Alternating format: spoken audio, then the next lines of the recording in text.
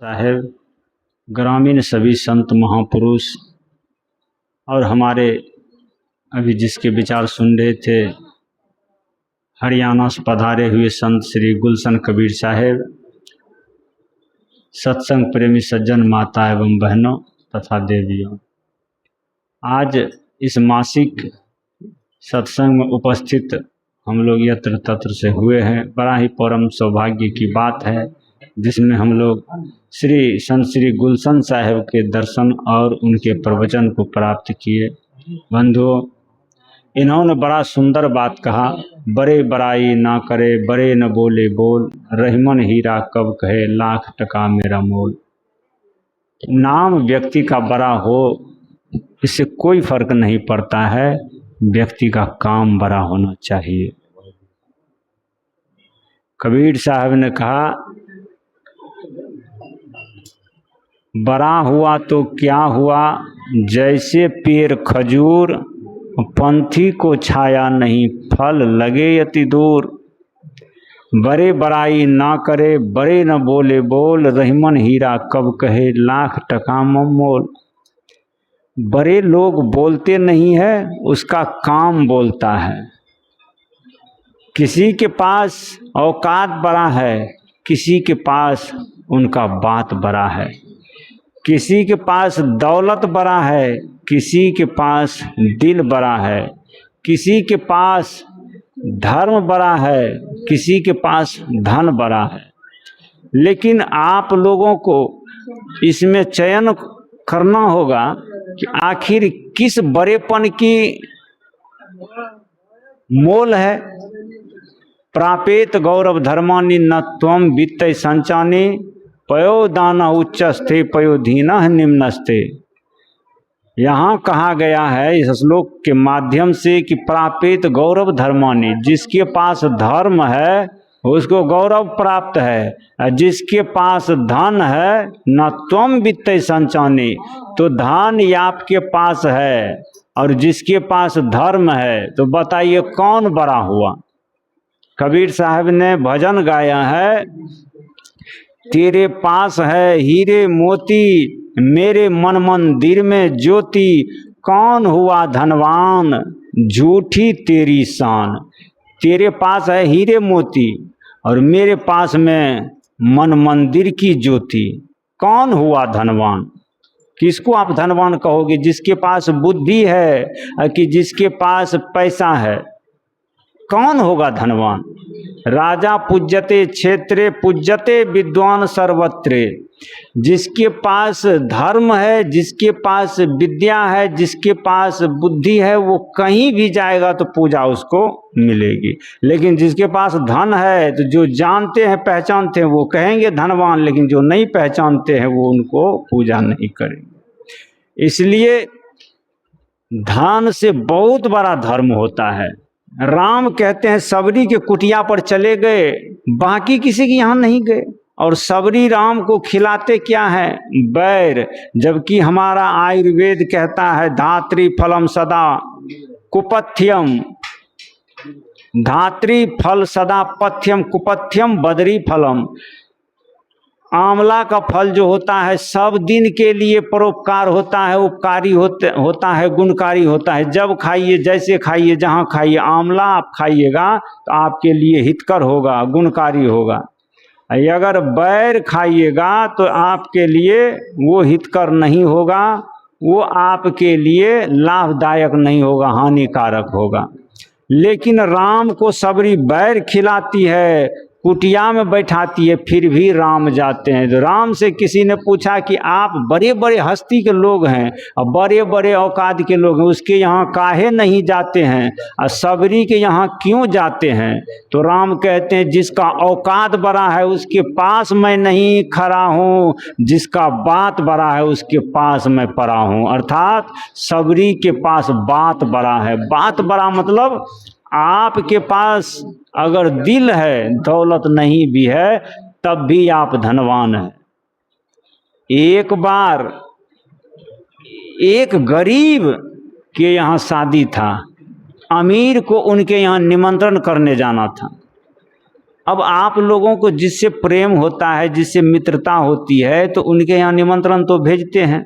जरा इस उदाहरण से सीखिएगा कि मान लिया जाए कोई अमीर आदमी जा रहा है गरीब के यहाँ निमंत्रण पूरा करने के लिए, तो वो क्या काम करता है कि गरीब के बच्चे का मुंडन संस्कार है, गरीब के बच्चे को निछावर देना है, गरीब के बच्चे को नजराना देना है, तोहफा देना है, तो वो क्या करते हैं, दुकान में जाते, मारवाड़ी की दुकान में कहते हैं सुनो सुनो, हमारे घर जो नौकर हैं, हमारे घर जो काम वाली है, हमारे घर जो मिस्तर का काम करते हैं, उसके घर में बच्चे का नजराना देना है, सबसे कम पैसे वाले कपड़ा दे दो, क्योंकि गरीब आदमी के बच्चे को देना है।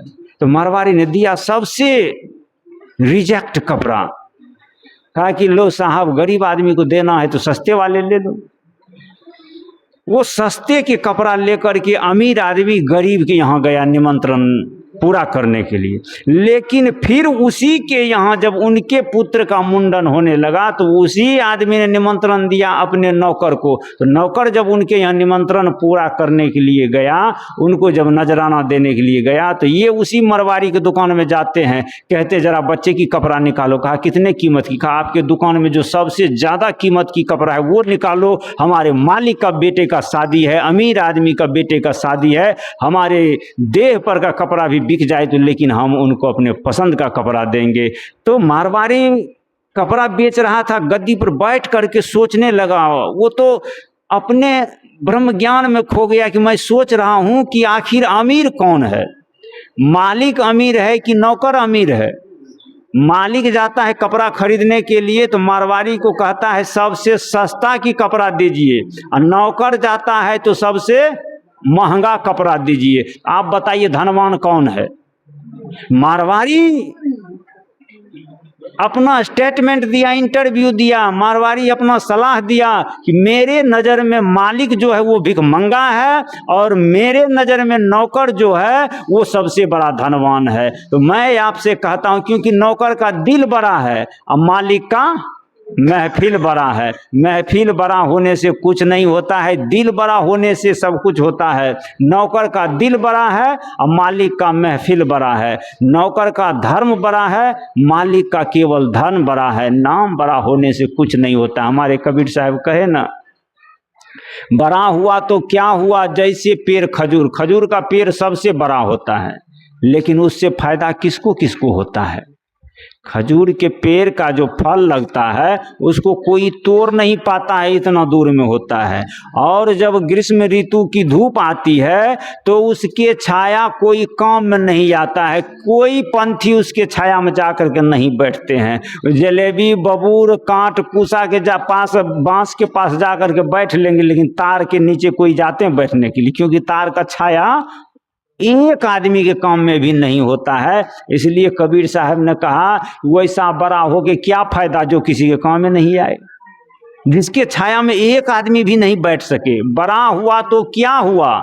हमारे समाज में बड़े लोग हैं तो कबीर साहब कहते क्या हुआ? बड़ा हुआ तो उससे किसी को जीवन ही नहीं मिला, उससे किसी की रक्षा ही नहीं हुई, उससे किसी का भरण पोषण ही नहीं हुआ। किसी आदमी, आप खूब बड़े हैं और किसी के काम में खड़े नहीं है तो क्या हुआ बड़ा होने से?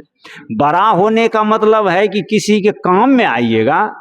बड़ा होने का मतलब है आप किसी का दिल दुखाइए नहीं, दिल का आग बुझाइएगा, तब बड़ा। भाई बड़ा नाम से नहीं बनो, बड़ा काम से बनो। कौवा भी काला होता है, कोयल भी काली होती है। कौवा जब बोलता है तो आदमी का दिल टूट जाता है, और कोयल जब बोलती है तो आदमी का दिल जुट जाता है। कबीर साहब ने कहा कौवा काको धन हरे, कोयल काको देत, मीठी वाणी बोल के जग अपना कर लेत। कौवा जब बोलता है तो आदमी को लगता है कि ये कौवा क्यों आ गया है, कौवा बेकार बोल रहा है, कौवा फिजूल बोल रहा है, कौवा पीरा दे रहा है। कौवा को मारने के लिए लोग ईंटा, पत्थर, गुलेत, बंदूक का इंतजाम करते हैं, लेकिन आज तक कोई आदमी बता दीजिए जो कोयल को मारने के लिए ईंटा, पत्थर, बंदूक का इंतजाम करते हैं?